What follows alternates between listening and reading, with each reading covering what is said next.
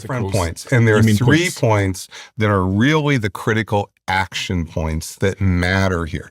This promise of $300 billion down the road, this is so far, this is like holding out funny money to the Iranians. These are the things that are actually short term because this is happening now. So point one, you're saying... Point one I want to come back to, Stephen, because I want to explain.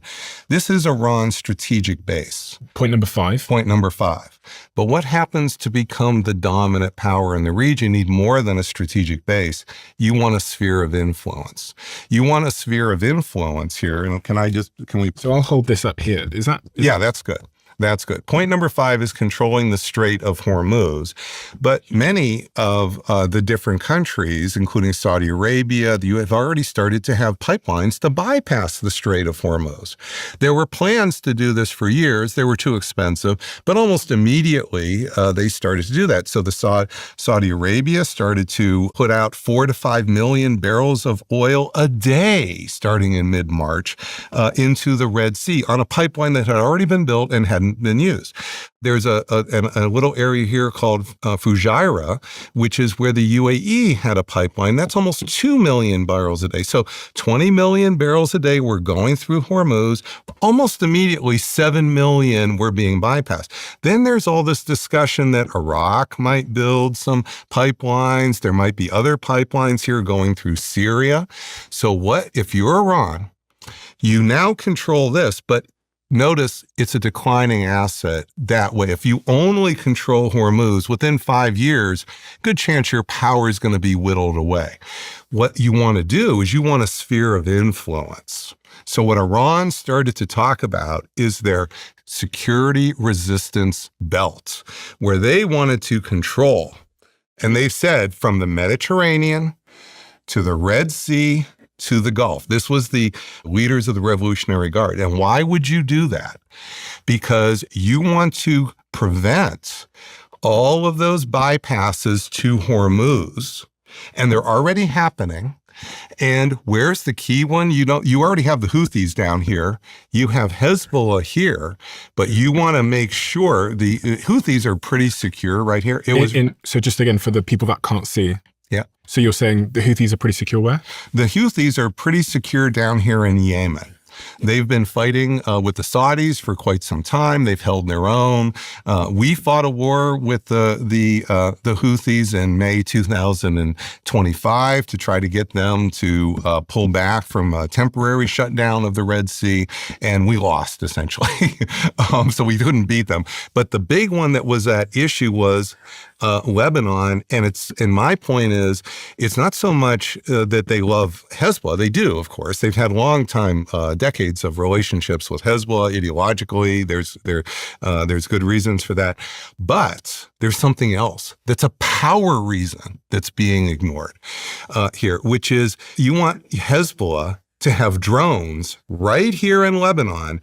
So if there's a pipeline that comes out here through Syria, if you've got some other pipelines that are coming out here, you've got Hezbollah here that can act as your Houthis. They can actually attack the shipping. So now you have you're Iran. You're a major power. You're the dominant power in the region. You don't just control this area here and the Strait of Hormuz. The Strait of Hormuz and Iran itself. You have an arc. A security arc here that is a sphere of influence, but it's an operational sphere of influence. This is not just a piece of paper or something to talk about. This is what's guaranteeing you control all of that oil, whether the oil from the Persian Gulf comes out through Hormuz, whether it comes out through Syria, or whether it comes out through the Red Sea.